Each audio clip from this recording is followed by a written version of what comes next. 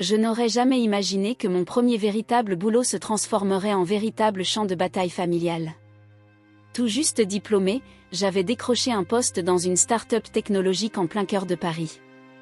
Le salaire était excellent, 9 500 € par mois, bien plus que ce dont j'avais osé rêver à 22 ans. J'aurais dû flotter sur un petit nuage, prêt à conquérir le monde, mais me voilà enfermé dans une cage dorée faite d'exigences familiales. Tout avait commencé innocemment. Mes parents, immigrés d'Algérie, avaient toujours mis en avant l'importance de la famille. On reste ensemble, quoi qu'il arrive, répétait mon père, Mohamed. Et pendant des années, j'y avais cru. Je regardais mes parents économiser chaque centime en travaillant de longues heures dans leur petite épicerie du quartier de Belleville. Ils avaient tout fait pour nous offrir, à moi et à ma petite sœur Sophie, la vie dont ils rêvaient. Quand je leur ai annoncé la bonne nouvelle, leurs yeux s'illuminèrent. Ma mère, Aïcha, m'enlaça fortement, et son parfum fleuri m'enveloppa aussitôt. « Mon fils, nous sommes si fiers de toi », me dit-elle, la voix chargée d'émotion. Mon père me tapota le dos d'une façon rare et chaleureuse. J'avais l'impression de pouvoir toucher le ciel. Mais ensuite vint la discussion qui allait tout changer. « Alors, Lucas », commença mon père lors d'un dîner, « maintenant que tu gagnes bien ta vie, il est temps de parler de ta contribution à la famille. » Je hochai la tête, m'attendant à devoir participer aux courses ou à payer la facture d'électricité. Ce qui suivit me laissa sans voix. On pense qu'une contribution de 7 500 € par mois est raisonnable, déclara ma mère avec la même désinvolture qu'elle aurait eue pour évoquer la météo. Ça te laisse 2 000 € pour toi. Amplement suffisant pour un jeune homme. Je m'étouffai presque en buvant de l'eau. 7 500 €? Mais, c'est presque tout ce que je gagne. Le regard de mon père se durcit. On t'a soutenu pendant 22 ans. On t'a permis d'aller à l'université. À présent, c'est à ton tour d'aider la famille. Je cherchais du soutien du regard de Sophie, mais elle se plongea aussitôt dans son assiette de couscous, plat traditionnel que ma mère préparait avec tant de soin.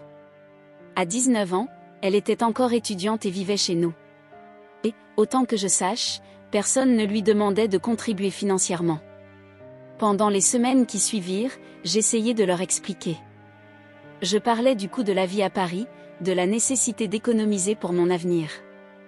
Mais à chaque argument, la réponse restait la même, la famille avant tout. Ma mère finissait par verser des larmes en me rappelant tous les sacrifices qu'ils avaient consentis. On est venu en France avec rien, Lucas. Tout ce que nous avons, on l'a bâti pour toi et Sophie. Comment peux-tu être aussi égoïste ? La culpabilité me submergeait. La nuit, je restais éveillée, déchirée entre mon amour pour eux et la rancœur grandissante. Je les voyais, Sophie, sortir avec des amis, s'acheter de nouveaux vêtements, profiter de la vie étudiante insouciante. Pendant ce temps, moi, je trimballais des semaines de 60 heures de travail sans pouvoir rien montrer de concret. Un samedi, j'ai décidé de m'offrir un déjeuner dans un bon restaurant du quartier des affaires. Assis, savourant un repas dont j'avais à peine les moyens, j'aperçus une figure familière à 2 tables de là. C'était Sophie, riant avec un groupe d'amis autour de cocktails et de plats onéreux. La colère monta en moi. Me voilà, à culpabiliser pour un déjeuner à 20 €, pendant que ma sœur se faisait plaisir aux frais de nos parents et par extension, aux miens. Ce soir-là, je l'ai confrontée. « Comment peux-tu rester là, à regarder qu'ils me prennent tout ?» lançai-je avec véhémence. Les yeux de Sophie s'écarquillèrent, puis se plissèrent. « Ce n'est pas de ma faute si tu n'arrives pas à leur tenir tête, » souffla-t-elle avec amertume. « Peut-être qu'en te montrant un peu plus solide, tu ne te retrouverais pas dans ce pétrin. » Ces mots me piquèrent, mais ils allumèrent en moi une étincelle. Elle avait raison. Il me fallait me défendre. Mais comment faire ? L'occasion se présenta plus tôt que prévu. Le vendredi suivant, en rentrant, je découvris mes parents et Sophie réunis dans le salon. L'atmosphère y était lourde de tension. « Lucas », entama ma mère d'une voix étonnamment posée, « il faut rediscuter de ta contribution. Il est temps que tu nous donnes la totalité des 7 500 €. Je clignai des yeux, incrédule. « La totalité ? Mais je vous verse déjà 6 000 € par mois. J'ai déjà du mal à joindre les deux bouts avec ce qui me reste. » Mon père se pencha en avant, le visage sévère. Nous avons été patients, mon fils. Mais la famille a besoin de cet argent. Les frais de scolarité de ta sœur ont augmenté et l'épicerie ne rapporte plus comme avant. Je regardais Sophie, qui, au moins, semblait gênée. Mais elle resta muette. À cet instant, quelque chose en moi se brisa. Toute la colère et la frustration accumulées depuis des mois explosèrent. Non, dis-je d'une voix tremblante, je ne vous donnerai pas un centime de plus. En fait, je refuse de vous verser le moindre euro de plus. Le silence qui suivit fut assourdissant. Le visage de ma mère se décomposa sous l'incrédulité. Les yeux de mon père flamboyèrent de colère. Quant à Sophie, elle esquissa un rictus méprisant. « Comment oses-tu » murmura ma mère. « Après tout ce qu'on a fait pour toi. »« Tout ce que vous avez fait pour moi » m'éclata ma voix, amère.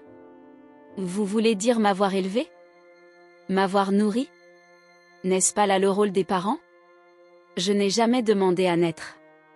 Je n'ai jamais consenti à devenir votre distributeur automatique. » Mon père se leva, dominant ma silhouette. L'espèce d'ingrat. Mais je n'en pouvais plus. Et qu'en est-il de Sophie ? Pourquoi suis-je le seul à devoir contribuer ? Elle est majeure aussi. Pourquoi ne travaille-t-elle pas ?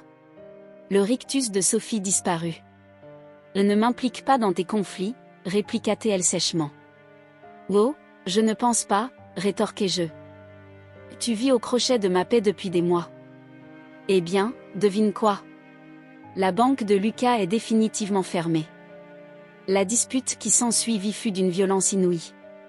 Des années de ressentiment refoulés et d'attentes non dites s'écroulèrent en un torrent de reproches. Ma mère sanglotait, mon père criait, et Sophie hurlait. Quant à moi, je tenais bon. Lorsque le calme revint, j'avais devant moi 3 étrangers arborant pourtant les visages de ma famille. Les yeux de ma mère étaient glaciales, la déception de mon père palpable, et Sophie. Sophie avait l'air effrayée pour la première fois. « Si c'est comme ça que tu te sens, » dit mon père d'une voix basse. Et menaçante, « peut-être est-il temps que tu partes. » Mon cœur se serra, mais une partie de moi, une partie que je ne reconnaissais presque plus, ressentit un soulagement. La liberté. « Très bien, » déclarai-je, étonné de la fermeté de ma voix, « je m'en vais. Mais n'attendez plus jamais le moindre centime de moi. » Alors que je me dirigeais vers la porte, la voix de ma mère me retint. « Ta carte bancaire » exigea-t-elle en tendant la main. Je la regardai, interloqué. Puis je compris, la carte était à son nom un reliquat de mes années d'études. J'avais toujours payé mes factures moi-même, mais légalement, elle lui appartenait. Hésitant, je fouillai dans mon porte-monnaie et lui remis la carte. Ce geste ressemblait à la rupture définitive d'un lien avec ma vie d'autrefois. Sans un mot de plus, je quittai la maison où j'avais grandi. L'air frais d'une nuit parisienne me caressa le visage, et pour la première fois depuis des mois, je pris une grande inspiration. J'étais seule. J'avais peur. Mais j'étais libre. En marchant dans les rues, mon téléphone vibra. Un SMS de Sophie s'affichait, « Je suis désolée. » Ce n'était pas mon intention que tout cela dégénère. Je restai un long moment devant l'écran avant d'éteindre mon téléphone. Quoi qu'il advienne, je le vivrai selon mes propres règles. Plus d'attente, plus de culpabilité. Juste moi, forgeant mon chemin dans une ville soudain pleine de promesses. Le poids des attentes avait disparu, laissant place à un monde d'incertitude et d'espoir. La semaine qui suivit fut un tourbillon, recherche frénétique d'un appartement, nuit blanche sur le canapé d'amis. J'étais passé d'un toit confortable à une quasi-indigence du jour au lendemain. Pourtant, au milieu de cette lutte pour retrouver mes repères, une part de moi savourait ce défi. Pour la première fois de ma vie, j'étais vraiment autonome. Je finis par dénicher un minuscule studio dans le quartier du Sentier. Ce n'était qu'un humble petit box avec des installations douteuses et des voisins persuadés que 3 heures du matin était le moment idéal pour des séances de karaoké improvisées. Mais c'était le mien, et ça avait une valeur inestimable. Peu à peu, je m'habituais à ma nouvelle vie, même si le silence de ma famille me frappait comme un coup de massue, plus d'appels, plus de SMS, pas même un mail en colère. On aurait dit que j'avais disparu dès que j'avais franchi le seuil de la maison. La partie de moi rationnelle pensait que c'était peut-être pour le mieux, mais un vide tenace restait en moi. Puis, un mardi pluvieux, mon téléphone vibra avec un message inattendu, ma tante Marie. « Lucas, mon cher, disait-il, il faut qu'on parle. Dîner de famille, ce dimanche, chez tes parents à 19h. Ne manque surtout pas. » Je restais figée en lisant ce message, partagé entre émotions contradictoires. Tante Marie avait toujours été la pacificatrice de la famille, la voix de la raison quand les choses s'envenimaient. Si elle intervenait, c'était sérieux. Une partie de moi voulait ignorer ce message et continuer à bâtir ma nouvelle vie sans me retourner. Mais l'autre, celle qui éprouvait encore le besoin de chaleur familiale malgré tout, savait que je devais y aller. La fin de semaine s'écoula au ralenti. Je m'immergeais dans le travail pour éviter mes pensées, conscient que mes collègues remarquaient le changement, des cernes marquées, des heures supplémentaires passées au bureau. Quelques-uns tentaient d'en savoir plus, mais je renvoyais leurs interrogations par des sourires forcés et des réponses vagues. Le dimanche arriva enfin. Tremblant de nervosité, je me retrouvai devant la maison de mes parents, la maison de mon enfance, qui désormais m'était étrangère. L'odeur familière d'ail et d'herbe flottait dans l'air. Ma mère préparait du couscous, mon plat favori, sans doute l'initiative de tante Marie, une sorte d'olive branche. Je pris une grande inspiration et sonnai. Le tintement de la sonnette se mêla à un moment de silence venant de l'intérieur, puis des pas. La porte s'ouvrit et j'aperçus Sophie. Nous restâmes un instant sans parler, nos regards se croisant. Elle avait l'air changé. Plus discrète, dépourvue de ce sourire suffisant habituel. « Salut », murmura-t-elle doucement en s'écartant pour me laisser entrer. Le salon était exactement comme je m'en souvenais, avec ses vieilles photos de famille fanées sur la cheminée.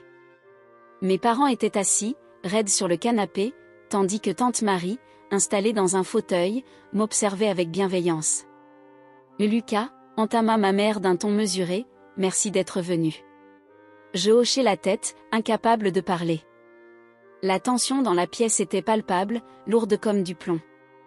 Tante Marie prit la parole, d'un ton conciliant, « Asseyons-nous tous ensemble. Isabelle, ta cuisine sent divinement bon. On pourrait manger en discutant ?» Nous nous dirigions vers la salle à manger dans un silence gêné. La table était dressée avec la plus belle vaisselle que possédait ma mère, une offrande de paix, sans doute. Tandis que nous prenions place, je ne pus m'empêcher de remarquer que ma chaise avait disparu, comme si l'on voulait effacer toute trace de ma présence. Pendant quelques minutes, le cliquetis des couverts et quelques « passe-moi le riz » étaient nos seuls échanges. Je me concentrais sur mon assiette, les saveurs réconfortantes d'un plat fait maison me rappelant de doux souvenirs. Enfin, tante Marie rompit le silence. « Lucas, mon chéri, nous sommes tous ici parce que nous t'aimons. Ce qui s'est passé, ce n'est pas normal. La famille ne devrait pas se traiter ainsi. » Le bruit d'un couvercle heurtant son assiette interrompit la parole de mon père.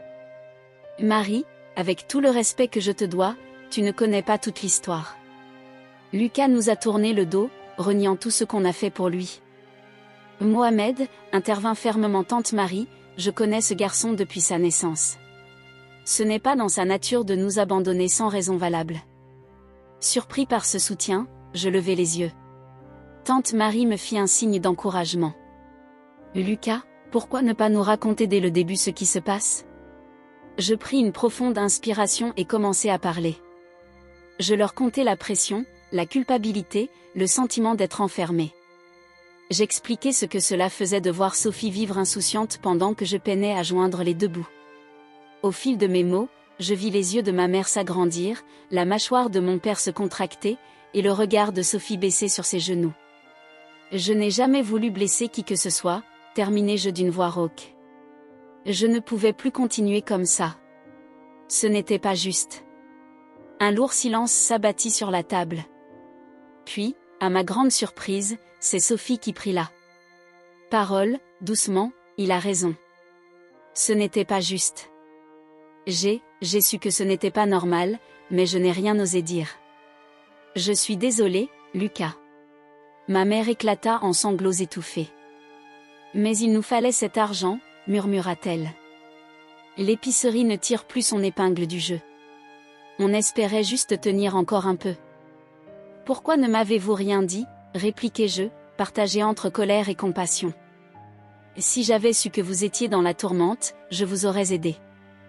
Mais pas en sacrifiant toute ma vie. Mon père secoua tristement la tête. On ne voulait pas t'inquiéter. On pensait pouvoir gérer. Tante Marie posa alors sa main sur le bras de ma mère. Aïcha, Mohamed, ne voyez-vous pas ce que vous avez fait? Votre fierté et votre peur ont éloigné votre fils. Est-ce vraiment une question d'argent? La pièce retomba dans un silence pesant, chaque mot de tante Marie résonnant en nous. Je balayai du regard les visages marqués de douleur, les joues ruisselantes de larmes de ma mère, la mâchoire crispée de mon père, l'expression coupable de Sophie. Pour la première fois, je ne les voyais plus comme des géants de mon enfance, mais comme des êtres humains, fragiles et apeurés. Je veux aider, dis-je lentement, étonné moi-même de ma franchise. Mais différemment. Il faut trouver une solution équitable pour tout le monde. Et j'hésitai, puis ajoutai, j'ai besoin d'un pardon. Pour la façon dont vous m'avez traité, pour m'avoir chassé, pour tout. Le visage de mon père rougit, mais avant qu'il ne puisse répliquer, ma mère attrapa ma main. Oh, mon fils, sanglota-t-elle, nous sommes terriblement désolés. Nous avons eu tort, terriblement tort. Pourras-tu nous pardonner? Les larmes se mêlèrent aux explications, aux excuses qui se succédèrent. Sophie me serra dans ses bras en murmurant sans cesse, je suis désolée. Même mon père finit par admettre sa faute, son orgueil s'effritant enfin. Au fil de la soirée, nous établîmes un plan, je m'occuperai des finances de l'épicerie, en vérifiant les comptes pour identifier les économies possibles, Sophie trouverait un petit boulot pour contribuer, et mes parents apprendraient à lâcher prise, à nous faire confiance en tant qu'adultes. Ce n'était pas parfait. Les blessures restaient, la confiance à reconstruire. Mais en quittant ce dîner, avec la promesse de revenir bientôt, je ressentais enfin une lueur d'espoir. Nous avions franchi les premiers pas vers la guérison, vers redevenir une vraie famille. Sur le chemin du retour vers mon minuscule appartement, je me sentais plus léger qu'en des lustres. L'air frais de la nuit parisienne portait en lui l'espoir d'un nouveau départ. Je savais que la route serait semée d'embûches, de conversations difficiles, d'ajustements, mais pour la première fois depuis longtemps, je sentais que nous allions dans la bonne direction. En montant les marches de mon petit studio, un SMS de Sophie apparut, « Merci d'être venu ce soir. Je suis vraiment heureuse que tu sois mon frère. » Je souris et répondis d'un simple, « Moi aussi, grande sœur. » Moi aussi. Ce soir-là, en m'endormant, je compris quelque chose d'essentiel. La famille ne se résume pas au lien de sang ou à l'obligation. C'est aussi la compréhension, le pardon et la volonté de grandir ensemble. Nous avions perdu de vue cela pendant un temps, mais maintenant, nous avions l'occasion de rebâtir quelque chose de plus fort, de plus sain, de plus honnête. Le poids des attentes avait cédé la place à autre chose, l'espoir. L'espoir d'un futur où l'on s'entraiderait sans se perdre soi-même. L'espoir d'un lien familial qui se plierait sans se briser. Et l'espoir pour mon propre chemin, enrichi par la certitude que je pouvais tenir debout sans pour autant renier mes racines. Avant de fermer les yeux, je me fis la promesse silencieuse, quoi qu'il advienne, j'affronterai l'avenir avec honnêteté, courage et la conviction inébranlable que, malgré nos défauts et notre entêtement, nous finirions par trouver la voie ensemble. Mais cette fragile paix ne dura que 3 semaines, 2 jours et environ 4 heures. J'aurais dû savoir que c'était trop beau pour être vrai. Tout commença par des détails insignifiants. Les remarques passives-agressives de ma mère sur mon minuscule appartement, à chacune de mes visites. Les questions insistantes de mon père sur mes dépenses. Le brusque désintérêt de Sophie pour ce petit boulot à temps partiel dont nous étions tous convenus.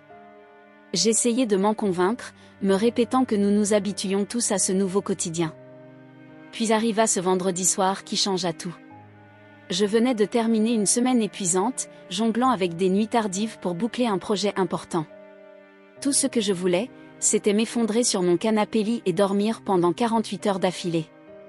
Mais, en gravissant les marches de mon appartement, mon téléphone vibra, un SMS de ma mère, qui annonçait « Réunion de famille ». Immédiatement. C'est important. En grognant, je fis demi-tour et me dirigeai vers la maison de mes parents. Un épais brouillard enveloppait la ville, diffusant une lueur inquiétante sous les réverbères. Tout semblait de mauvais augure, comme si la ville elle-même tentait de me prévenir. J'aurais dû écouter. Dès que j'entrai, je compris que quelque chose clochait. L'air était saturé de tension et toute la famille était rassemblée dans le salon. Ma mère, assise droite comme un hydraule sur le rebord du canapé, arborait des yeux injectés de sang. Mon père arpentait la pièce, tel un animal en cage, et Sophie refusait même de me regarder. « Qu'est-ce qui se passe ?» demandai-je, le ventre noué par l'angoisse. Mon père cessa de marcher et se tourna vers moi, l'expression partagée entre colère et une autre émotion, peut-être la peur. « Il faut qu'on parle de ta contribution à la famille, » dit-il d'une voix basse et menaçante. Je clignai, déconcerté. « Mais nous en avons déjà parlé. Je m'occupe des comptes de l'épicerie, non ? On avait convenu. » Ce n'est pas suffisant, s'écria ma mère, la voix perçante. On se noie, Lucas. L'épicerie ne tient qu'à un fil. On a besoin de plus de toi. La pièce se mit à tournoyer. Plus ? Mais j'ai déjà du mal à payer mon loyer. Peut-être qu'en arrêtant de gaspiller ton argent dans ce minuscule studio hors de prix, intervint Sophie avec un rictus en levant enfin les yeux, tu verrais plus clair. Furieux, je répliquai, pardon ? Au moins, je paie mes factures. Et toi, alors, pourquoi ne cherches-tu pas un boulot ? Sophie rougit et détourna le regard. Mon père se posta entre nous, le visage rouge de colère. Et ne change pas de sujet. C'est une question de responsabilité envers ta famille. Ma responsabilité ? Répétais-je, incrédule. Je suis un adulte, j'ai ma vie, mes factures à payer. Je ne suis pas votre distributeur automatique. Aussitôt les mots sortis, je savais que j'avais franchi une ligne. Ma mère éclata en sanglots étouffés et le visage de mon père passa du rouge au violet. Comment oses-tu ? Rugit-il.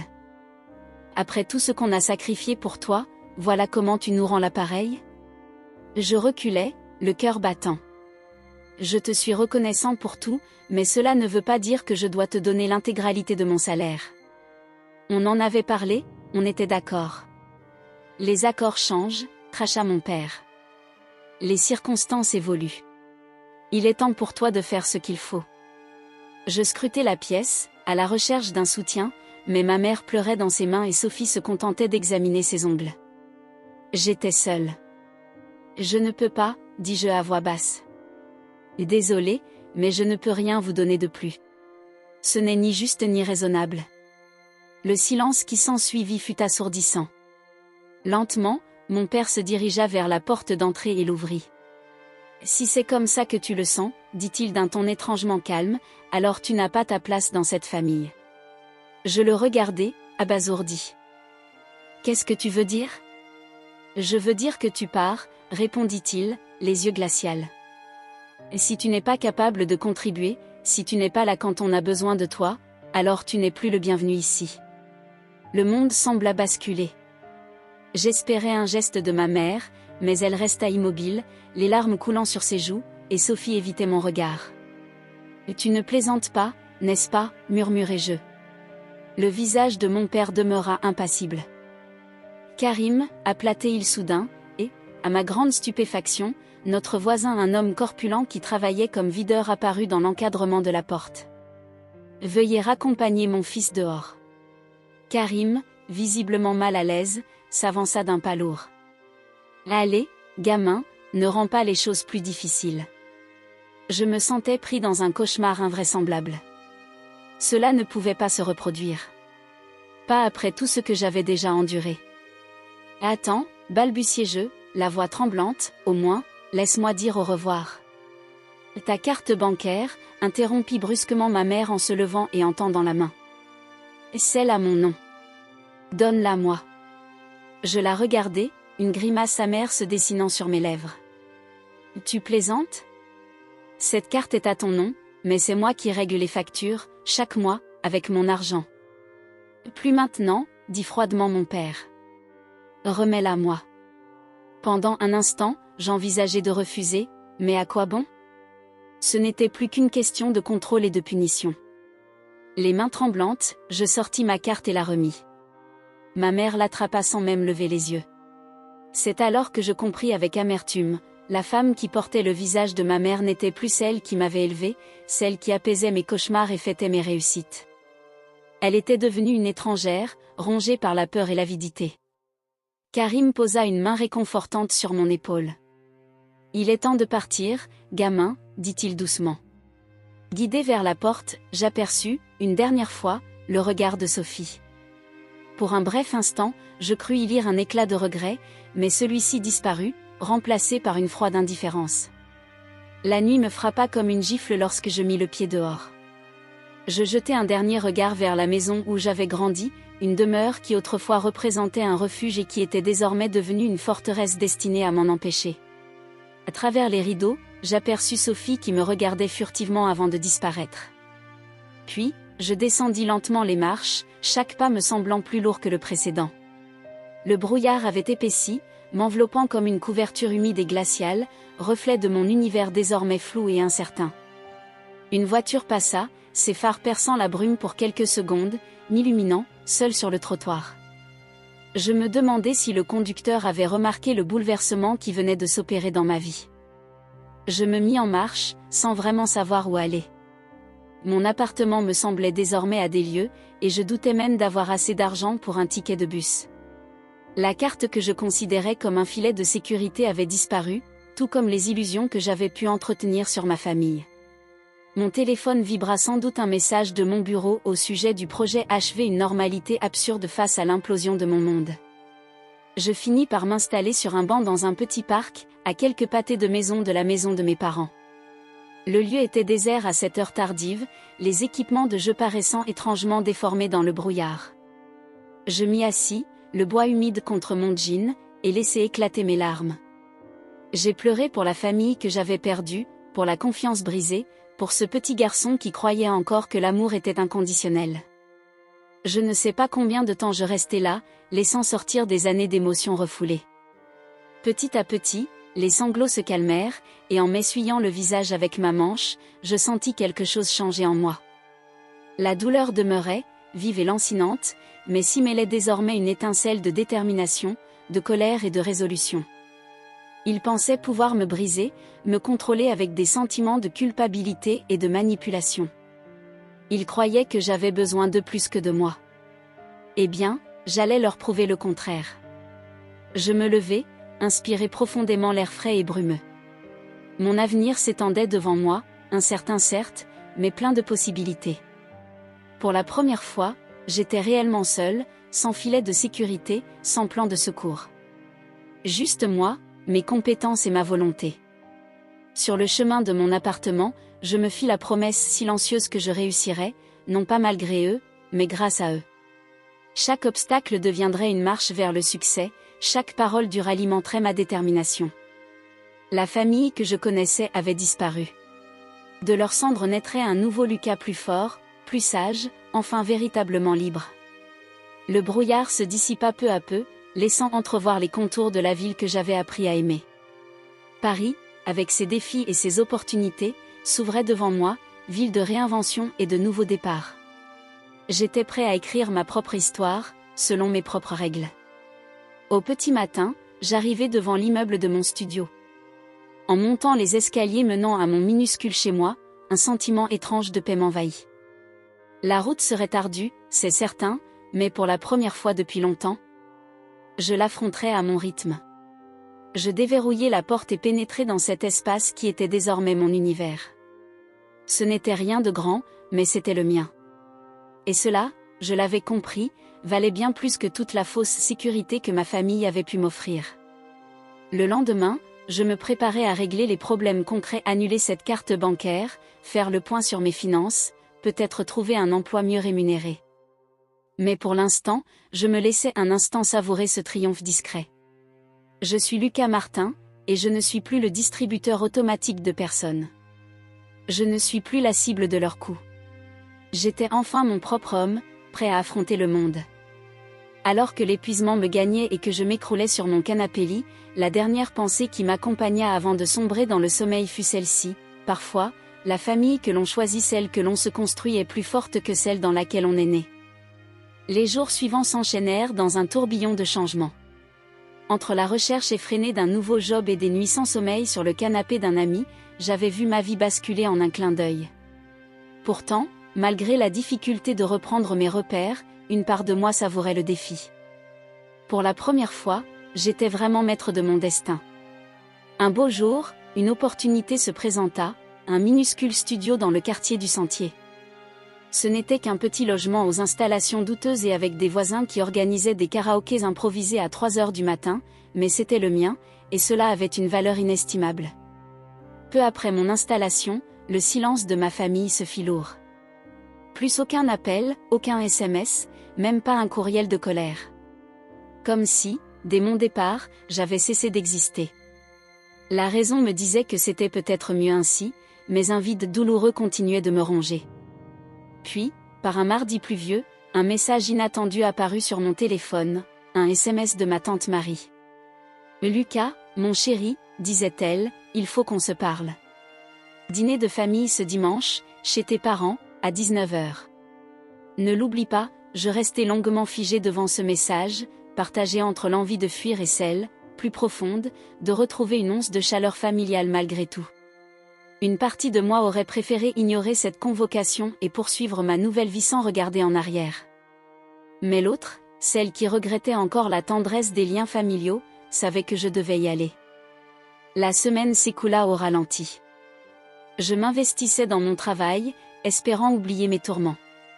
Mes collègues remarquèrent rapidement les traces de fatigue sur mon visage, mais je me contentais de sourires forcés et de réponses évasives.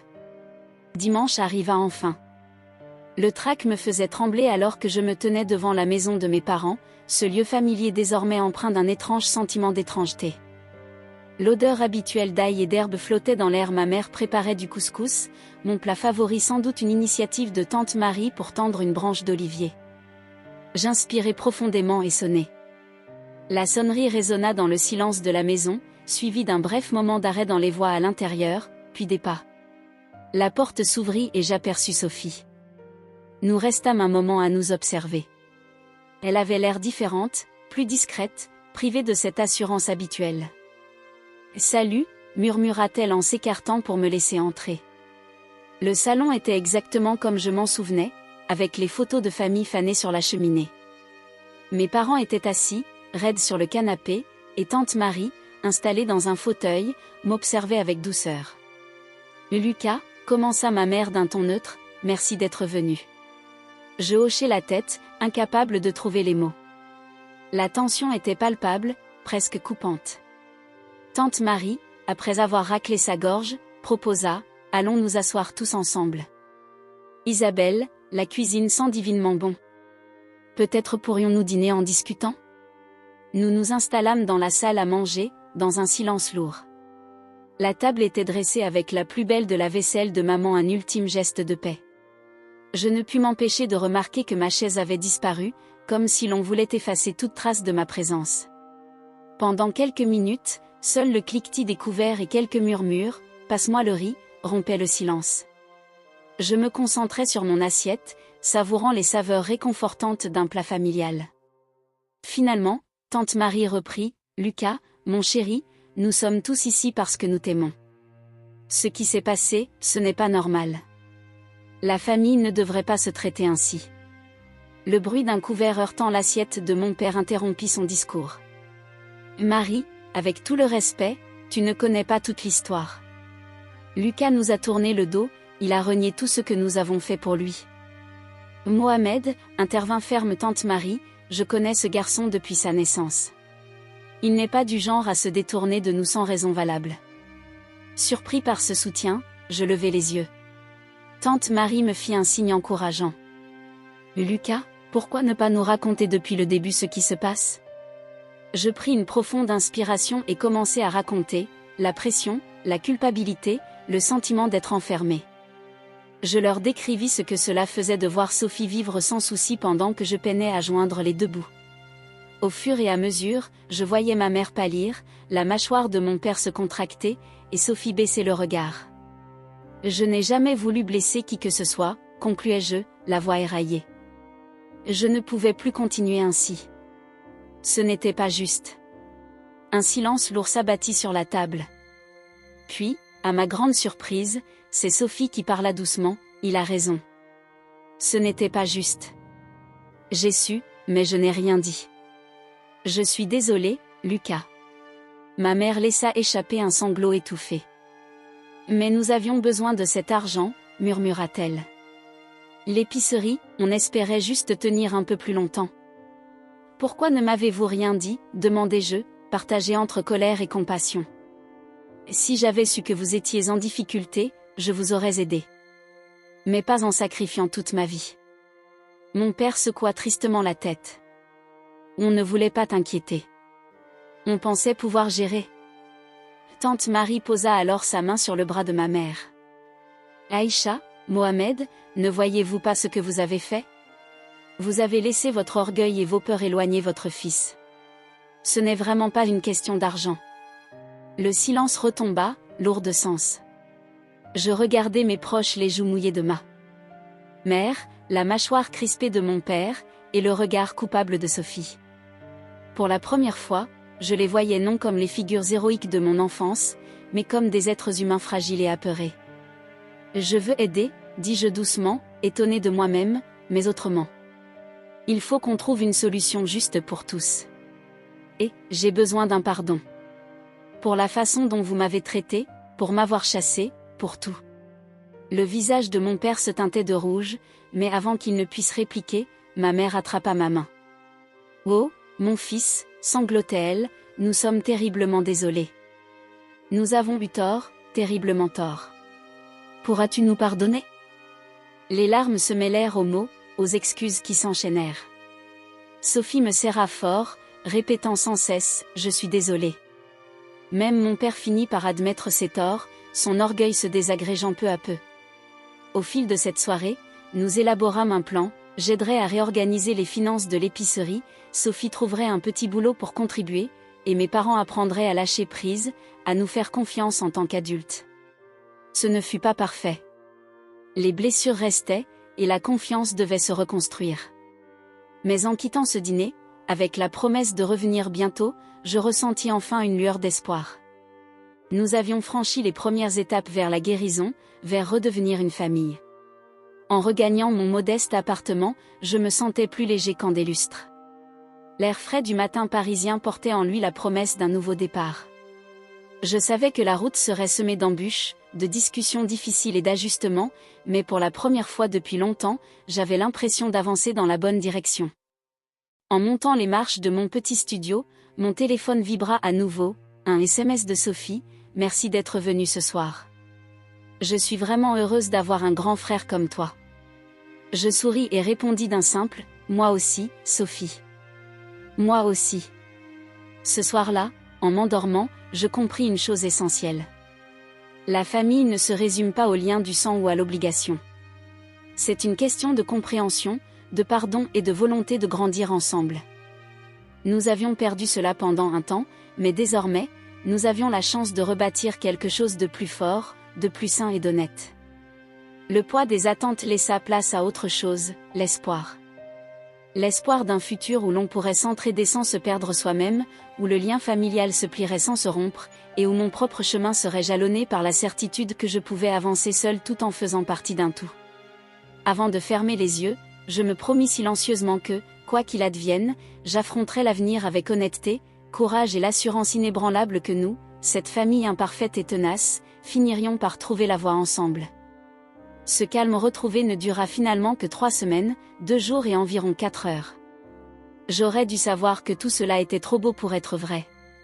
Les premiers signes furent subtils, les remarques passives-agressives de ma mère sur mon minuscule appartement, lors de mes visites, les questions insistantes de mon père sur mes dépenses, et l'étrange réticence de Sophie à s'investir dans ce petit boulot à temps partiel dont nous étions tous convenus. J'essayais de m'en convaincre, me répétant que nous nous adaptions tous à ce nouveau normal. Puis arriva ce vendredi soir qui changea tout. Je venais de finir une semaine épuisante, passant de longues nuits à finaliser un projet important. Tout ce que je voulais, c'était m'effondrer sur mon canapé-lit et dormir pendant près de 48 heures. Mais alors que je gravissais les marches de mon appartement, mon téléphone vibra à nouveau. Un SMS de ma mère annonçait « réunion de famille. Immédiatement. C'est important. En grognant, je fis demi-tour et me rendis à la maison de mes parents. Un épais brouillard recouvrait Paris, diffusant une lueur inquiétante sous les réverbères. Tout semblait présager le malheur, comme si la ville elle-même voulait me prévenir. J'aurais dû écouter. Dès que je franchis le seuil, je sus que quelque chose n'allait pas. L'air était saturé de tension et tout s'était rassemblé dans le salon. Ma mère, assise droite sur le rebord du canapé, arborait des yeux rouges et gonflés. Mon père arpentait la pièce comme un animal en cage, et Sophie refusait même de croiser mon regard. « Qu'est-ce qui se passe ?» demandai-je, le ventre noué. Mon père cessa de marcher et se tourna vers moi, son visage mêlant colère et peut-être peur. « Il faut qu'on reparle de ta contribution à la famille, » dit-il d'une voix basse et menaçante. Je clignai, confus. Mais on en a déjà parlé. Je m'occupe des comptes de l'épicerie, non ? On avait convenu. Ce n'est pas suffisant, s'écria ma mère, la voix stridente. On se noie, Lucas. L'épicerie tient à peine le coup. On a besoin de plus de toi. La pièce sembla se dérober sous mes pieds. Plus ? Mais j'ai déjà du mal à payer mon loyer. Peut-être qu'en cessant de gaspiller ton argent dans ce minuscule studio hors de prix, rétorqua Sophie avec un rictus en levant enfin les yeux, tu verrais un peu plus clair. Une colère fulgurante m'envahit. Pardon ? Au moins, je paie mes factures. Qu'en est-il de toi ? Pourquoi ne cherches-tu pas un boulot ? Sophie rougit et détourna de nouveau le regard. Mon père se plaça entre nous, le visage furieux. Et ne change pas de sujet. C'est à propos de ta responsabilité envers cette famille. Ma responsabilité, répétai-je, incrédule. Je suis un adulte. J'ai ma vie, mes factures à payer. Je ne suis pas votre distributeur automatique. Aussitôt mes mots prononcés, je sus que j'avais franchi une limite. Ma mère éclata en sanglots étouffés, et le visage de mon père passa du rouge au violet. Comment oses-tu, tonna-t-il. Après tout ce qu'on a sacrifié pour toi, c'est ainsi que tu nous remercies. Je reculai, le cœur battant la chamade. Je te suis reconnaissant pour tout, mais cela ne veut pas dire que je dois te donner l'intégralité de mon salaire. On en avait parlé ? Les accords changent, cracha mon père. Les circonstances évoluent. Il est temps que tu assumes tes responsabilités. Je balaya la pièce du regard, cherchant un soutien. Mais ma mère pleurait dans ses mains et Sophie se contentait d'observer ses ongles. J'étais seule. Je ne peux pas, dis-je doucement. Désolée, mais je ne peux rien vous donner de plus. Ce n'est ni juste ni raisonnable. Le silence qui suivit fut assourdissant. Puis, lentement, mon père se dirigea vers la porte et l'ouvrit. Si c'est ce que tu ressens, dit-il d'un ton étrangement. Calme, alors peut-être n'as-tu plus ta place dans cette famille. Je le regardai, incrédule. Qu'est-ce que tu veux dire ? Je veux dire, répondit-il, les yeux glacials. Si tu ne peux pas contribuer, si tu n'es pas là quand on a besoin de toi, alors tu n'es plus le bienvenu ici. Le monde sembla vaciller. J'espérais que ma mère intervienne, mais elle resta assise, les larmes coulant sur son visage, et Sophie ne daigna pas lever les yeux. « Tu ne plaisantes pas, n'est-ce pas ?» murmurai-je. Le visage de mon père resta impassible. « Karim » appela-t-il soudain, et, à ma stupéfaction, notre voisin, un homme corpulent qui travaillait comme videur, apparut dans l'encadrement de la porte. « Veuillez raccompagner mon fils dehors. » Karim, visiblement mal à l'aise, s'avança d'un pas lourd. « Allez, gamin, ne rends pas les choses plus difficiles. » Je me sentais pris au piège d'un cauchemar invraisemblable. Cela ne pouvait pas arriver, pas après tout ce que j'avais déjà enduré. « Attends, balbutiai-je, la voix tremblante, au moins, laisse-moi dire au revoir. » Ta carte bancaire, interrompit brusquement ma mère en se levant et en tendant la main, celle à mon nom. Donne-la-moi. Je la regardai, une grimace amère se dessinant. Tu plaisantes ? Cette carte est à ton nom, mais c'est moi qui règle les factures, chaque mois, avec mon argent. Plus maintenant, déclara froidement mon père. Remets-la. Pendant un bref instant, j'envisageais de refuser, mais à quoi bon? Ce n'était plus qu'une question de contrôle, de punition. Mes mains tremblantes fouillèrent dans mon porte-monnaie et je lui remis la carte. Ma mère l'attrapa sans même lever les yeux. Et à cet instant précis, je compris, le cœur brisé, que la femme qui arborait le visage de ma mère n'était plus celle qui m'avait élevée, celle qui me berçait de tendres souvenirs. Elle était devenue une étrangère, consumée par la peur et la cupidité. Karim posa une main sur mon épaule pour me ramener à la réalité. « Il est temps de partir, gamin », dit-il doucement. Alors que je me faisais raccompagner jusqu'à la porte, je vis, pour la dernière fois, un éclat de regret dans les yeux de Sophie, vite remplacé par son indifférence habituelle. La nuit me frappa de plein fouet lorsque je mis le pied dehors. Je jetai un dernier regard vers la maison de mon enfance, ce refuge devenu désormais une forteresse qui me rejetait. À travers les rideaux, j'aperçus Sophie, se dissimulant furtivement avant de disparaître. Je descendis lentement les marches, chaque pas alourdi par le désespoir. Le brouillard avait épaissi, m'enveloppant comme une couverture humide et glaciale, reflet de mon univers désormais trouble. Au détour d'un trottoir, une voiture passa, ses phares perçant l'obscurité quelques instants, m'illuminant seul sur le trottoir. Je me demandais si le conducteur avait perçu le bouleversement qui venait de s'opérer dans ma vie. Je me mis à marcher, sans savoir où aller. Mon appartement me semblait à des lieues, et je doutais même d'avoir assez pour un ticket de bus. La carte sur laquelle je comptais comme filet de sécurité avait disparu, tout comme les illusions que j'avais pu entretenir sur ma famille. Mon téléphone vibra sans doute un message du boulot concernant le projet finalisé, une banalité absurde face à l'implosion de mon monde. Je finis par m'installer sur un banc dans un petit parc, à quelques pâtés de maison de la maison de mes parents. L'endroit était désert à cette heure tardive, les structures du terrain de jeu semblant étrangement déformées dans le brouillard. Je m'y assis, le bois froid contre mes jeans, et laissai éclater mes larmes. Je pleurais pour la famille que j'avais perdue, pour la confiance brisée, pour ce petit garçon qui croyait encore que l'amour était inconditionnel. Je ne sais pas combien de temps je restai là, laissant couler en moi des années d'émotions refoulées. Petit à petit, les sanglots s'apaisèrent, et en m'essuyant le visage avec ma manche, je sentis quelque chose changer. La douleur restait, vive et lancinante, mais se mêlait désormais à une étincelle de détermination, de colère et de résolution. Ils avaient cru pouvoir me briser, me contrôler avec culpabilité et manipulation. Ils pensaient que j'avais besoin d'eux plus que de moi. Eh bien, j'allais leur prouver le contraire. Je me levai, respirai profondément l'air frais et brumeux. Mon avenir s'étendait devant moi, incertain certes, mais porteur de possibilités. Pour la première fois, j'étais réellement seule, sans filet de sécurité, sans plan de secours. Juste moi, mes compétences et ma volonté. En regagnant mon appartement, je me promis silencieusement que je réussirais, non pas malgré eux, mais grâce à eux. Chaque obstacle deviendrait une marche vers le succès, chaque parole dure alimenterait ma détermination. La famille que je connaissais était disparue. Mais de ses cendres naîtrait un nouveau Lucas plus fort, plus sage, enfin véritablement libre. Le brouillard se dissipa peu à peu, révélant les contours familiers de la ville que j'avais appris à aimer. Paris, avec ses défis et ses opportunités, s'ouvrait devant moi, ville de renouveau et de nouveaux départs. J'étais prêt à écrire ma propre histoire, selon mes règles. Au petit matin, devant mon immeuble, je montais les escaliers menant à mon modeste studio, un sentiment étrange de paix m'envahissant.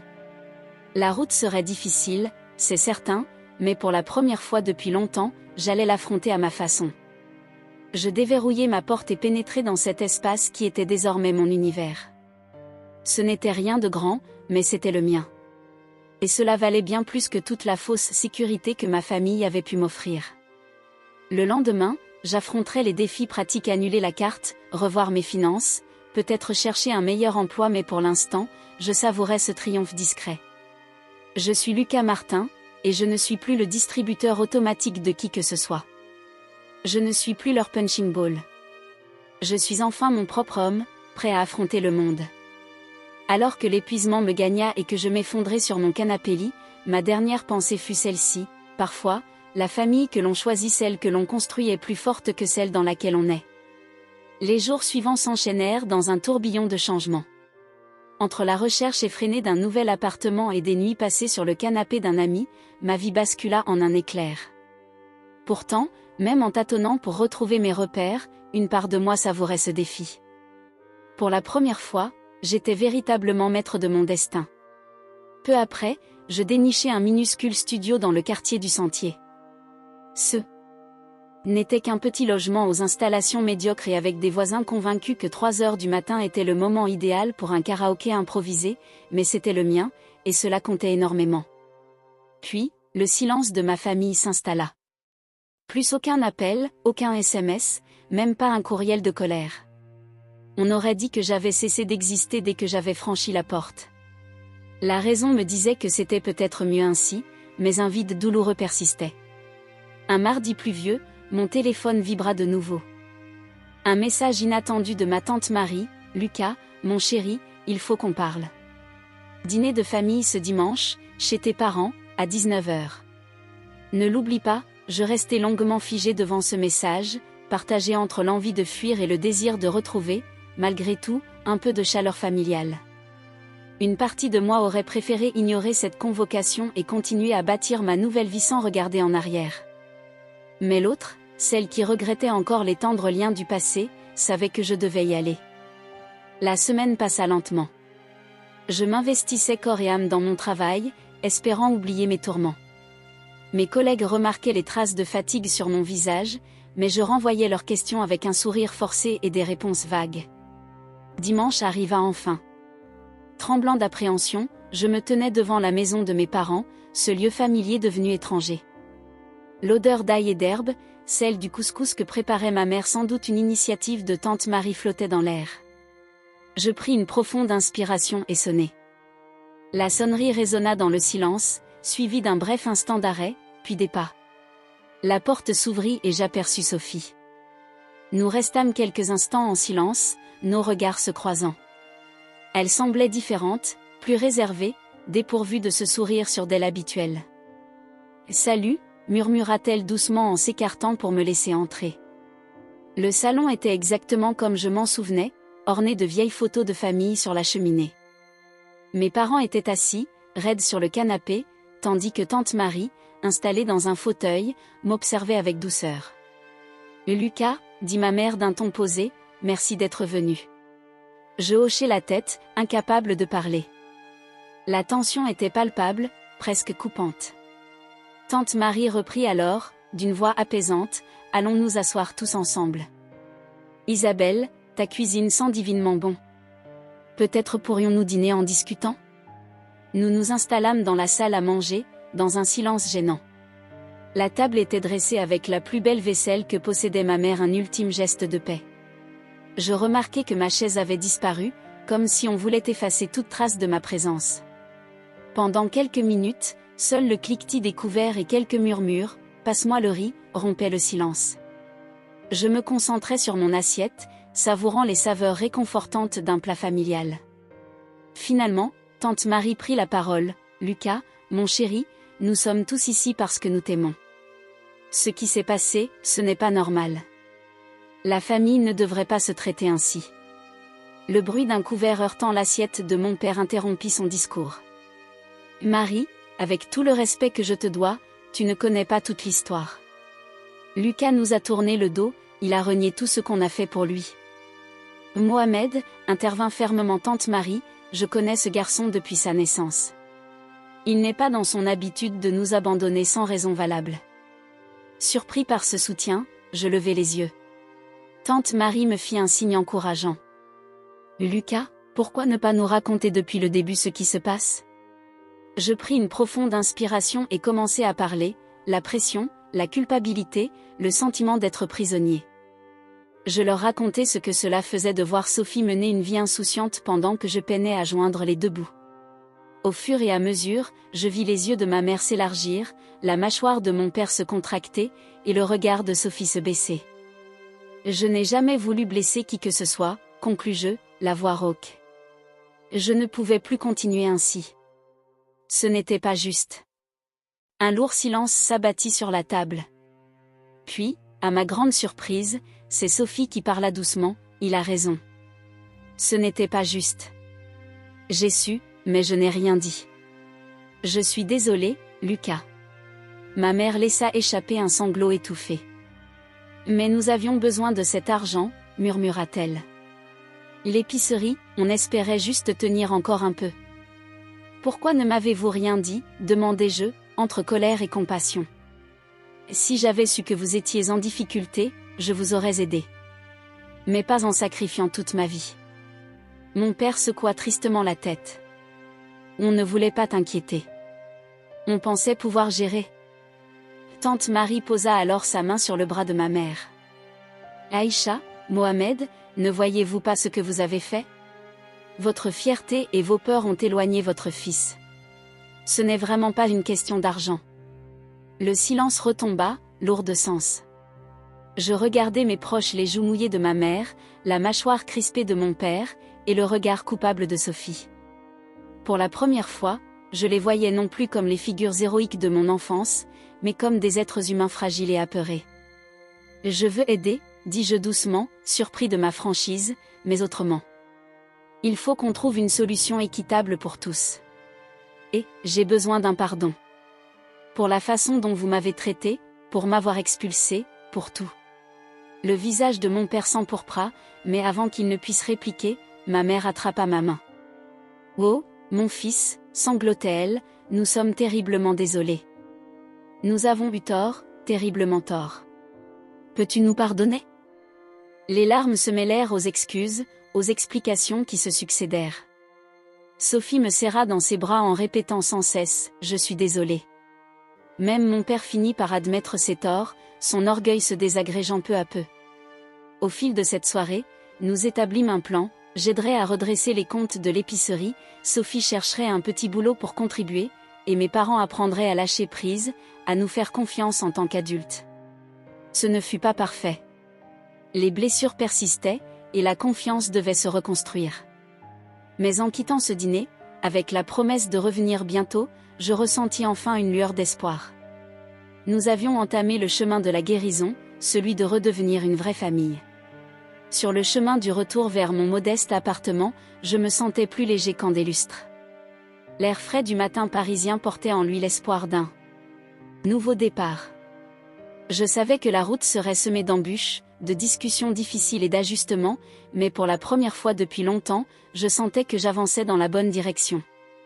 En montant les marches de mon petit studio, je reçus un SMS de Sophie, « Merci d'être venu ce soir. Je suis vraiment heureuse que tu sois mon grand frère. » Je souris et répondis d'un simple, « Moi aussi, Sophie. Moi aussi. » Ce soir-là, en m'endormant, je compris une chose essentielle. La famille, ce n'est pas uniquement le sang ou l'obligation. C'est la compréhension, le pardon et la volonté de grandir ensemble. Nous avions perdu de vue cela pendant un temps, mais à présent, nous avions la chance de rebâtir quelque chose de plus fort, plus sain et plus honnête. Le poids des attentes céda la place à autre chose, l'espoir. L'espoir d'un futur où l'on s'entraiderait sans se perdre soi-même, où le lien familial se plierait sans se rompre, et où je pourrais avancer tout en restant fidèle à moi-même. Avant de fermer les yeux, je me promis en silence que, quoi qu'il arrive, j'affronterai l'avenir avec honnêteté, courage et la certitude que, malgré nos défauts et nos failles, nous finirions par trouver la voie ensemble. Ce calme fragile ne dura que 3 semaines, 2 jours et environ 4 heures. J'aurais dû savoir que c'était trop beau pour être vrai. Tout commença par de petits détails. Les remarques passives-agressives de ma mère sur mon minuscule appartement, à chacune de mes visites, les questions insistantes de mon père sur mes dépenses, et l'étrange réticence de Sophie à s'investir dans ce petit boulot à temps partiel dont nous étions tous d'accord. J'essayais de m'en convaincre, me répétant que nous nous habituions tous à ce nouveau quotidien. Puis vint ce vendredi soir qui changea tout. Je venais de terminer une semaine épuisante, passant de longues nuits à boucler un projet important. Tout ce que je voulais, c'était m'effondrer sur mon canapé-lit et dormir pendant 48 heures d'affilée. Mais alors que je gravissais les marches de mon appartement, mon téléphone vibra avec un message de ma mère, « Réunion de famille. » Immédiatement. C'est important. En grognant, je fis demi-tour et me rendis à la maison de mes parents. Le brouillard s'était épaissi, enveloppant Paris d'une lumière étrange sous les réverbères, comme si la ville elle-même voulait me prévenir du malheur imminent. Dès que je franchis le seuil, je sus que quelque chose n'allait pas. L'air était saturé de tension, et tous étaient déjà réunis dans le salon. Ma mère, assise droite sur le rebord du canapé, arborait des yeux rouges et gonflés. Mon père arpentait la pièce comme un animal en cage, et Sophie ne daigna même pas me regarder. « Qu'est-ce qui se passe ?» demandai-je, le cœur serré. Mon père cessa de marcher et se tourna vers moi, son visage mélancolaire et une pointe de peur. « Il faut qu'on reparle de ta contribution à la famille, » dit-il d'une voix basse et menaçante. Je clignai, confus. « Mais nous en avons déjà parlé. Je m'occupe des comptes de l'épicerie, non ? On était d'accord. »« Ce n'est pas suffisant, » s'écria ma mère, la voix perçante. « On se noie, Lucas. L'épicerie tient à peine debout. On a besoin de plus de toi. » La pièce sembla vaciller. « Plus ? Mais j'ai déjà du mal à payer mon loyer.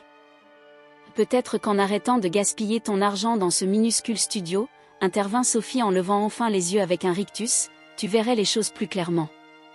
Une colère fulgurante monta en moi. Excusez-moi ? Au moins, je paie mes factures. Qu'en est-il de toi ? Pourquoi ne cherches-tu pas un boulot ?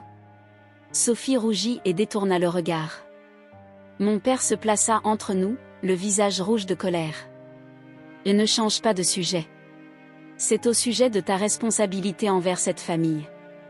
Ma responsabilité, répétai-je, incrédule. Je suis un adulte. J'ai ma vie, mes factures à payer. Je ne suis pas votre distributeur automatique. Aussitôt ces mots prononcés, je sus que j'avais franchi une ligne. Ma mère éclata en sanglots étouffés, et le visage de mon père passa du rouge au violet.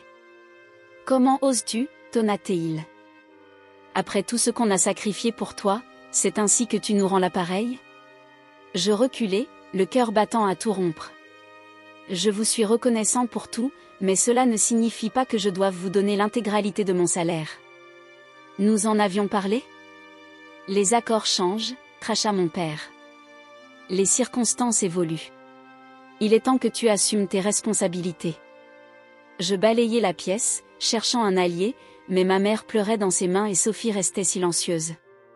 J'étais seule. Je ne peux pas, dis-je à voix basse. Désolée, mais je ne peux rien vous donner de plus. Ce n'est ni juste ni raisonnable. Le silence qui suivit fut assourdissant. Puis, lentement, mon père se dirigea vers la porte et l'ouvrit. Si c'est ce que tu ressens, dit-il d'un ton étrangement calme, alors peut-être n'as-tu plus ta place dans cette famille. Je le regardai, abasourdi. Qu'est-ce que tu veux dire ? Je veux dire, répondit-il, les yeux glacials. Si tu ne peux pas contribuer, si tu n'es pas là quand on a besoin de toi, alors tu n'es plus le bienvenu ici. Le monde sembla vaciller. J'espérais que ma mère intervienne, mais elle resta figée, les larmes coulant sur son visage, et Sophie ne croisa même pas mon regard. « Tu ne plaisantes pas, n'est-ce pas ?» murmurai-je. Le visage de mon père resta impassible. « Karim » appela-t-il soudain, et, à ma stupéfaction, notre voisin, un homme corpulent qui travaillait comme videur, apparut dans l'encadrement de la porte. « Veuillez raccompagner mon fils dehors. » Karim, visiblement mal à l'aise, s'avança d'un pas lourd. « Allez, gamin, ne rends pas les choses plus difficiles. » Je me sentais pris au piège d'un cauchemar invraisemblable. Cela ne pouvait pas se reproduire, pas après tout ce que j'avais déjà enduré. « Attends, » balbutiai-je, la voix tremblante, au moins, laisse-moi dire au revoir. « Ta carte bancaire » interrompit brusquement ma mère en se levant et en tendant la main, celle à mon nom. « Donne-la moi. » Je la regardai, une grimace amère se dessinant sur mes lèvres. « Tu plaisantes ? Cette carte est à ton nom, mais c'est moi qui règle les factures, chaque mois, avec mon argent. »« Plus maintenant » déclara froidement mon père. « Remets-la. » Pendant un bref instant, j'envisageais de refuser, mais à quoi bon ? Ce n'était plus qu'une question de contrôle, de punition. Mes mains tremblantes fouillèrent dans mon porte-monnaie et je lui remis la carte. Ma mère l'attrapa sans même lever les yeux. Et à cet instant précis, je compris. Le cœur brisé, que la femme qui arborait le visage de ma mère n'était plus celle qui m'avait élevée, celle qui berçait mes rêves d'enfant. Elle était devenue une étrangère, rongée par la peur et l'avidité. Karim posa une main sur mon épaule pour me ramener à la réalité. « Il est temps de partir, gamin, dit-il doucement. » Alors que je me faisais raccompagner jusqu'à la porte, je vis, une dernière fois, un éclat de regret dans les yeux de Sophie, vite effacé par son indifférence habituelle. La nuit me frappa de plein fouet lorsque je mis le pied dehors. Je jetai un dernier regard vers la maison de mon enfance, ce refuge qui était désormais devenu une forteresse me rejetant. À travers les rideaux, j'aperçus Sophie se dissimuler furtivement avant de disparaître. Je descendis lentement les marches, chaque pas alourdi par le désespoir. Le brouillard s'était épaissi, m'enveloppant comme une couverture humide et glaciale, reflet de mon univers désormais trouble. Au détour d'un trottoir, une voiture passa, ses phares perçant l'obscurité quelques instants, m'illuminant seul sur le trottoir. Je me demandais si le conducteur avait perçu le bouleversement qui venait de s'opérer dans ma vie. Je me mis en marche, incertain de ma destination. Mon appartement me semblait désormais à des lieues, et je doutais même d'avoir assez pour un ticket de bus. La carte sur laquelle je comptais comme filet de sécurité avait disparu, tout comme les illusions que j'avais pu entretenir sur ma famille. Mon téléphone vibra sans doute un message du bureau au sujet du projet terminé, une banalité absurde face à l'implosion de mon monde. Je finis par m'installer sur un banc dans un petit parc, à quelques pâtés de maison de la maison de mes parents. L'endroit était désert à cette heure tardive, le terrain de jeu semblant se transformer en sculptures étranges dans le brouillard. Je m'y assis, le bois froid contre mon jean, et laissai éclater mes larmes. Je pleurais pour la famille que j'avais perdue, pour la confiance brisée, pour ce petit garçon qui croyait encore que l'amour était inconditionnel. Je ne sais pas combien de temps je restai là, laissant s'exprimer des années d'émotions refoulées. Petit à petit, les sanglots s'apaisèrent, et en m'essuyant le visage avec ma manche, je sentis quelque chose changer en moi. La douleur était toujours là, vive et lancinante, mais se mêlait désormais à une étincelle de détermination, de colère et de résolution. Ils avaient cru pouvoir me briser, me contrôler avec culpabilité et manipulation. Ils pensaient que j'avais besoin d'eux plus que de moi. Eh bien, j'allais leur prouver le contraire. Je me levai, inspirai profondément l'air frais et brumeux. Mon avenir s'étendait devant moi, incertain certes, mais porteur de possibilités. Pour la première fois, j'étais véritablement seule, sans filet de sécurité, sans plan de secours. Juste moi, mes compétences et ma volonté. Sur le chemin de mon appartement, je me promis en silence que je réussirais, non pas malgré eux, mais grâce à eux. Chaque obstacle deviendrait une marche vers le succès, chaque parole dure alimenterait ma détermination. La famille que je connaissais avait disparu. Mais de ses cendres naîtrait un nouveau Lucas plus fort, plus sage, enfin véritablement libre. Le brouillard se dissipa peu à peu, révélant les contours familiers de la ville que j'avais appris à aimer. Paris, avec ses défis et ses opportunités, s'ouvrait devant moi, ville de renouveau et de nouveaux départs. J'étais prêt à écrire ma propre histoire, selon mes propres règles. Au petit matin, devant mon immeuble, je montais les escaliers menant à mon modeste studio, un sentiment étrange de paix m'envahissant. La route serait difficile, c'est certain, mais pour la première fois depuis longtemps, j'allais l'affronter à ma façon. Je déverrouillai ma porte et pénétrai dans cet espace qui était désormais mon univers. Ce n'était rien de grand, mais c'était le mien. Et cela valait bien plus que toute la fausse sécurité que ma famille avait pu m'offrir.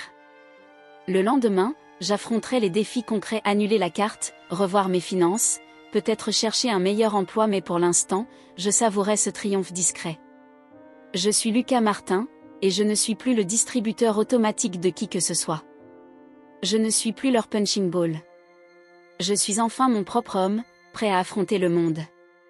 Alors que l'épuisement me gagna et que je m'effondrais sur mon canapé lit, ma dernière pensée fut celle-ci: parfois, la famille que l'on choisit, celle que l'on se construit, est plus forte que celle dans laquelle on est. Ce fut le début d'un tourbillon de changements. Entre la recherche effrénée d'un nouvel appartement et des nuits sur le canapé d'un ami, ma vie bascula en un clin d'œil. Pourtant, même en tâtonnant pour retrouver mes repères, une part de moi savourait ce défi. Pour la première fois, j'étais véritablement maître de mon destin. Peu après, je dénichai un minuscule studio dans le quartier du Sentier. Ce n'était qu'un petit logement aux installations médiocres et avec des voisins persuadés que 3 heures du matin était le moment idéal pour un karaoké improvisé, mais c'était le mien, et cela comptait énormément. Puis, le silence de ma famille s'installa. Plus aucun appel, aucun SMS, même pas un courriel de colère. On aurait dit que j'avais cessé d'exister dès que j'avais franchi la porte. La raison me disait que c'était peut-être mieux ainsi, mais un vide douloureux persistait. Un mardi pluvieux, mon téléphone vibra à nouveau avec un message inattendu de ma tante Marie. « Lucas, mon chéri, il faut qu'on parle. Dîner de famille ce dimanche, chez tes parents, à 19h. » Ne l'oublie pas, je restais figé devant ce message, partagé entre l'envie de fuir et le désir de retrouver, malgré tout, un peu de chaleur familiale. Une partie de moi aurait préféré ignorer cette convocation et continuer à bâtir ma nouvelle vie sans regarder en arrière. Mais l'autre, celle qui regrettait encore les liens d'antan, savait que je devais y aller. La semaine passa lentement. Je m'investissais dans mon travail, espérant oublier mes tourments. Mes collègues remarquaient la fatigue sur mon visage, mais je renvoyais leurs questions par des sourires forcés et des réponses vagues. Dimanche arriva enfin. Tremblant d'appréhension, je me tenais devant la maison de mes parents, ce lieu familier devenu étranger. L'odeur d'ail et d'herbe, celle du couscous préparé par ma mère, sans doute une initiative de tante Marie, flottait dans l'air. Je pris une profonde inspiration et sonnai. La sonnerie résonna dans le silence, suivie d'un bref moment d'arrêt, puis des pas. La porte s'ouvrit et j'aperçus Sophie. Nous restâmes quelques instants en silence, nos regards se croisant. Elle semblait différente, plus réservée, dépourvue de cette assurance habituelle. « Salut », murmura-t-elle doucement en s'écartant pour me laisser entrer. Le salon était exactement comme je m'en souvenais, orné de vieilles photos de famille sur la cheminée. Mes parents étaient assis, raides sur le canapé, tandis que tante Marie, installée dans un fauteuil, m'observait avec douceur. « Lucas », dit ma mère d'un ton posé, « merci d'être venu. » Je hochai la tête, incapable de parler. La tension était palpable, presque coupante. Tante Marie reprit, d'une voix apaisante, « Allons nous asseoir tous ensemble. Isabelle, ta cuisine sent divinement bon. Peut-être pourrions-nous dîner en discutant ?» Nous nous installâmes dans la salle à manger, dans un silence gênant. La table était dressée avec la plus belle vaisselle de maman, un ultime geste de paix. Je remarquai que ma chaise avait disparu, comme si on voulait effacer toute trace de ma présence. Pendant quelques minutes, seul le cliquetis des couverts et quelques murmures, « Passe-moi le riz », rompaient le silence. Je me concentrais sur mon assiette, savourant les saveurs réconfortantes d'un plat familial. Finalement, tante Marie prit la parole, « Lucas, mon chéri, nous sommes tous ici parce que nous t'aimons. Ce qui s'est passé, ce n'est pas normal. La famille ne devrait pas se traiter ainsi. » Le bruit d'un couvert heurtant l'assiette de mon père interrompit son discours. « Mohamed, avec tout le respect que je te dois, tu ne connais pas toute l'histoire.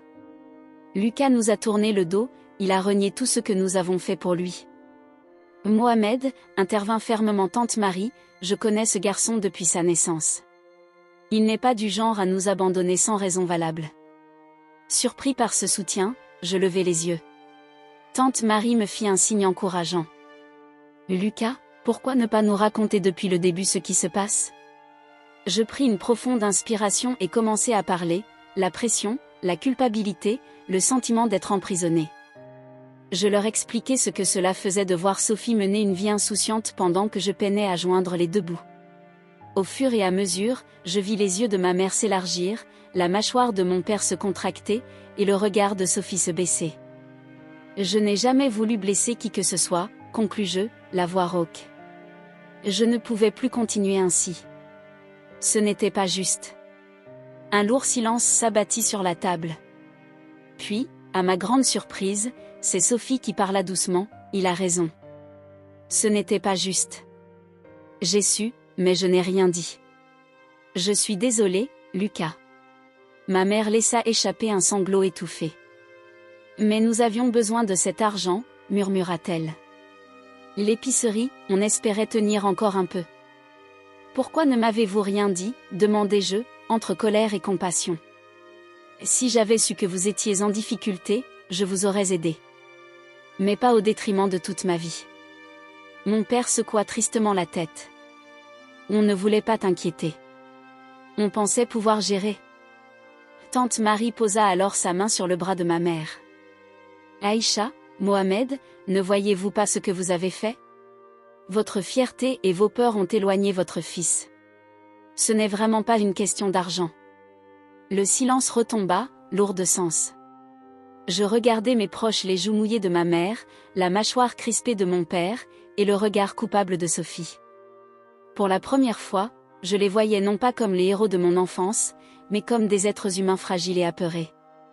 Je veux aider, dis-je doucement, surpris de ma franchise, mais autrement. Il faut qu'on trouve une solution équitable pour tous. Et, j'ai besoin d'un pardon. Pour la façon dont vous m'avez traité, pour m'avoir chassé, pour tout. Le visage de mon père se teinta de rouge, mais avant qu'il ne puisse répliquer, ma mère attrapa ma main. Oh, mon fils, sanglotait-elle, nous sommes terriblement désolés. Nous avons eu tort, terriblement tort. Peux-tu nous pardonner? Les larmes se mêlèrent aux excuses, aux explications qui se succédèrent. Sophie me serra dans ses bras en répétant sans cesse « Je suis désolée ».